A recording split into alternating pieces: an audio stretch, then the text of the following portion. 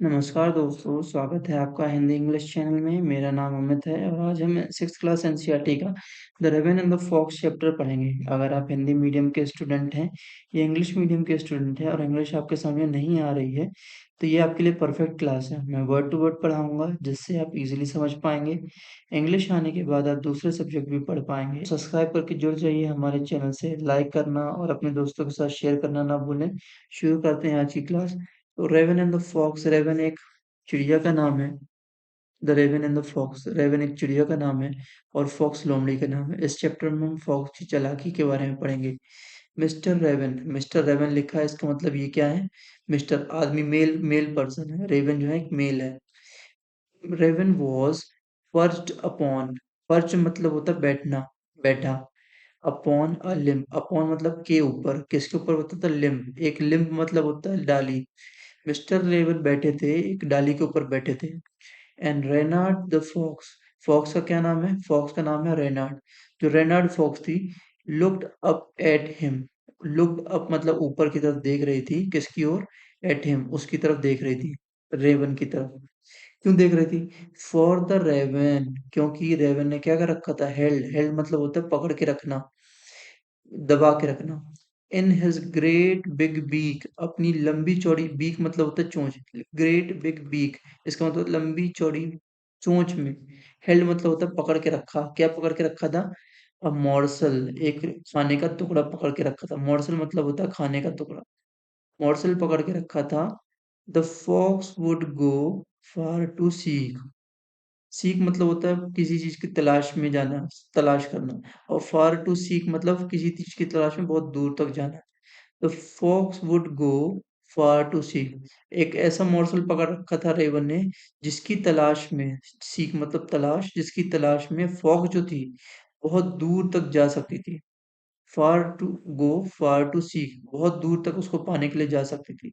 अब उसने उस मोर्सल को पाने के लिए क्या किया? सेड द फॉक्स, फॉक्स ने कहा। क्या कहा? इन एडमायरिंग टोन में कहा उसने। इन एडमायरिंग मतलब होता है प्रशंसा करना। एडमायरिंग का मतलब होता है प्रशंसा करना, एक प्रशंसा यानी तारीफ करना। तारीफ करने की टोन में बोला, my word sir Raven, sir Raven, sir Raven, you are a handsome bird, you are a handsome bird, तुम एक सुंदर पक्षी हो। हैंडसम मतलब होता है सुंदर। You are a handsome bird, तुम एक सुंदर पक्षी हो।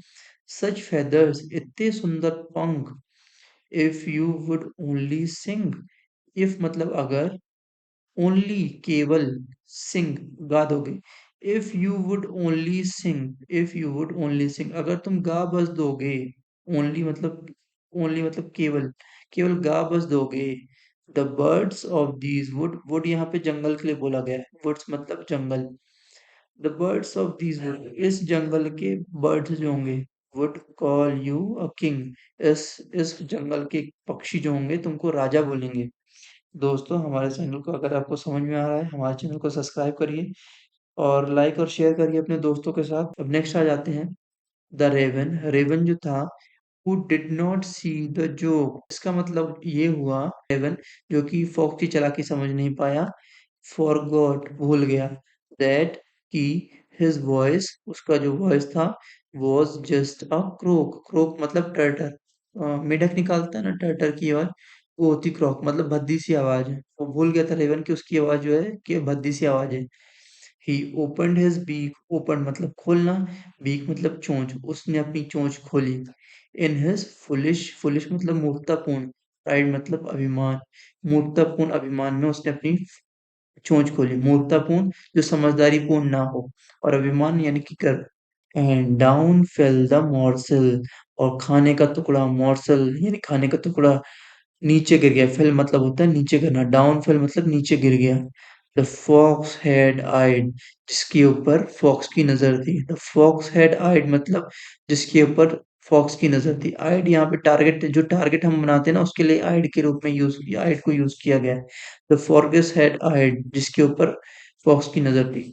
आहा, लाफ द फॉक्स, आहा बोल के फॉक्स हंसी, हंसी। The fox laugh. And now you know, अब तुम जान जाओ। Ignore sweet words that make you glow, अब एक बात जान जाओ कि इग्नोर स्वीट वर्ड, इग्नोर मतलब होता है नजरअंदाज करना, किसी चीज के ऊपर ध्यान ना देना। इग्नोर करो मीठे शब्द जो मैंने बोले, दैट मेक यू ग्लो, जिसके कारण तुम फूले नहीं समा रहे हो, इतने खुश हो गए हो। दैट जो कि मेक बना दिया है, यू ग्लो जिसके कारण तुम फूले नहीं समा रहे हो, इतने खुश हो गए हो। प्राइड मतलब अभिमान। माय फ्रेंड मेरे दोस्त, is rather unwise, rather unwise सही नहीं होता, रेदर अनवाइज सही नहीं होता है। प्राइड जो होता है सही नहीं होता है। अनवाइज मतलब समझदारी पूर्वक नहीं होता है। I am sure this teaching is quite a surprise. I am sure मतलब मुझे पक्का है, मैं पूरी तरह से निश्चिंत हूँ कि ये जो टीचिंग मिली है तुमको, दिस टीचिंग, ये जो टीचिंग मिली है, इज क्वाइट अ सरप्राइज, इससे तुम आश्चर्य हो गए हो। सरप्राइज मतलब होता है आश्चर्य, क्वाइट मतलब थोड़ी सी, क्वाइट अ सरप्राइज मतलब थोड़ी सी आश्चर्यचकित करने वाली है, लेकिन ये टीचिंग इम्पोर्टेंट है। तो आशा करता हूँ आपको ये क्लास समझ आई है। आप हमारे चैनल को लाइक करिए, शेयर करिए और सब्सक्राइब करिए। जुड़े रहिए हमारे चैनल से ताकि आप इसी प्रकार की वीडियो देख पाएं। जय हिंद, जय भारत।